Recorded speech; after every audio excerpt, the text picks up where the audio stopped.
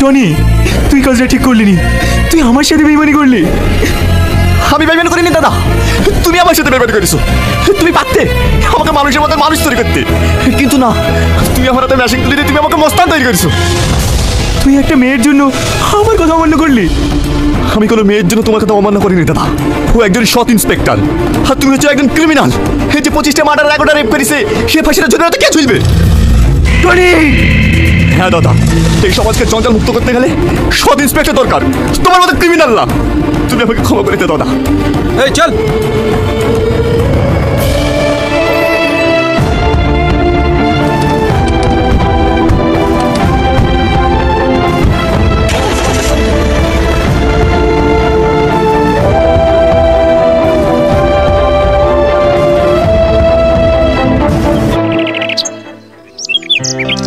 তোমাকে অনেক অনেক ধন্যবাদ।